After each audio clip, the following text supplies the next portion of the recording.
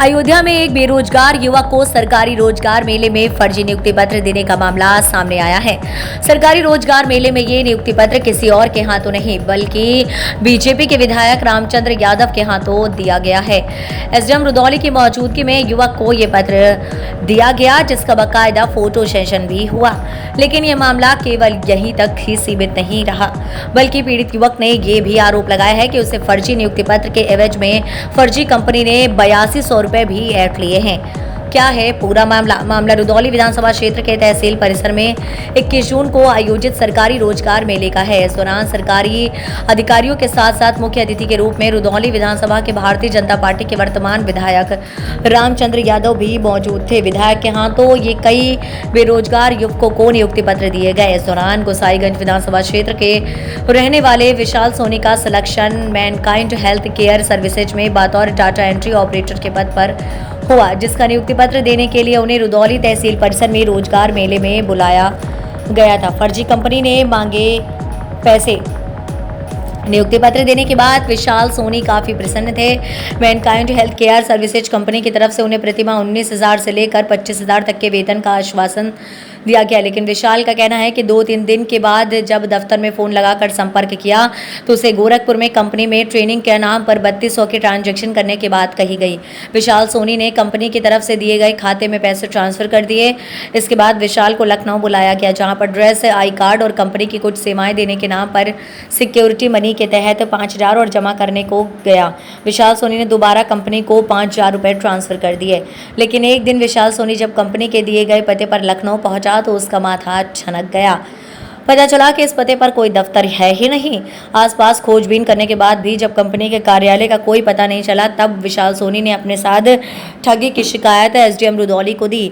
रोजगार कार्यालय की हिदायत अब मंडल रोजगार कार्यालय के सहायक निदेशक पदवीर कृष्ण ने बताया कि पूरे मामले की जांच कराई जा रही है। पता ये किया जा रहा है कि मैनकाइंड हेल्थ केयर सर्विसेज नाम की कंपनी का रजिस्ट्रेशन कैसे हुआ। पदवीर कृष्ण ने यह भी कहा कि हम लोग रोजगार मेले में भाग लेने वाले युवक हैं।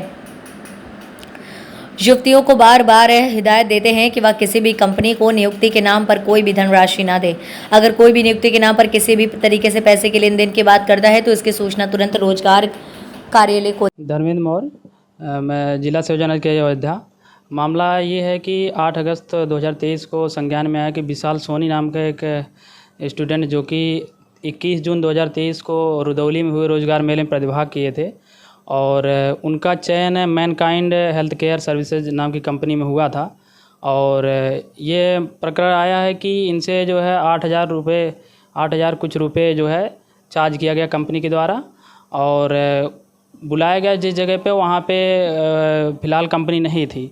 तो मामला उन्होंने जो है रुदौली एसडीएम को हैंडओवर करके वहाँ पे जा करके अप्रोच करके उनसे शिकायत दर्ज करवाए हैं और यही प्रकरण था।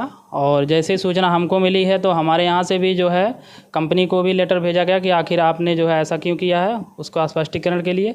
दूसरी बात, निदेशालय स्तर पे भी जो है हमने लेटर भेज दिया है कि जो भी कंपनी है उसके बारे में सूचना और वेरिफिकेशन के बारे में, और साथ ही अभी जल्द ही एसडीएम और डीएम साहब को भी जो हमने सूचित करके और जो भी उचित कार्रवाई है उस पे हम लोग जो है कर रहे हैं।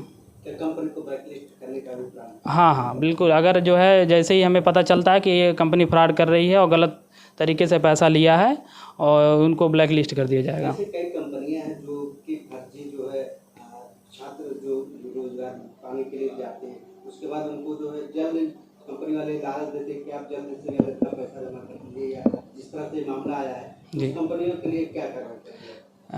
जैसे कि हम लोग पहले तो हम लोग जब भी रोज़गार मेला लगाते हैं तो हम लोग ऐसे ही कंपनियों को लेके आते हैं जो रिप्यूटेड हों और इस प्रकार के फर्जी कामों में लिप्त ना हों। अगर फिर भी किसी कारण से क्या होता है कि कंपनी रजिस्टर्ड हो गई है तो हम लोग कोशिश करते हैं कि उनकी सारी डिटेल लें, लेकिन फिर भी जो है ये लोग गलत तरीके से आ जाते हैं। तो उसमें क्या करते हैं कि हम लोग रोज़गार मेले में बच्चों को जो है पूरा बाकायदे कैरियर काउंसलिंग करते हुए वो बताते हैं कि आपको जो भी टर्म कंडीशन यहाँ पे बताई जा रही है यही आपको फॉलो करना है। अतिरिक्त अगर जो है बैकडोर से कोई भी पैसा मांगा जाता है तो उसको आपको नहीं देना है। अगर वो मांगता है तो पहले हमें सूचित किया जाए, उसके बाद ही आपको पैसा देना है। तो ये सूचना हम लोग हर बार जो है सारे बच्चों को देते हैं, उसके बाद ही रोज़गार मेला हम लोग लगाते हैं। और दूसरी बात यह है कि अगर इसमें लिप्त पाई जाती है कंपनी, अगर ऐसा प्रकरण आता है, बच्चा जो है हमें सूचित करता है या कंप्लेन करता है, तो हम लोग तुरंत जो है कार्रवाई करते हैं, उस पर ब्लैक लिस्ट करते हैं। इसके अलावा जो भी विभागीय कार्रवाई होती है वो भी करते हैं, और संबंधित जो है थाने पे भी हम लोग FIR उसके खिलाफ करते हैं, अगर वो कंपनी इस प्रकार से फर्जी काम में लिप्त पाई जाती है। योगदेव सर, मेरा नाम धर्मेंद्र मौर्य, सहायक जिला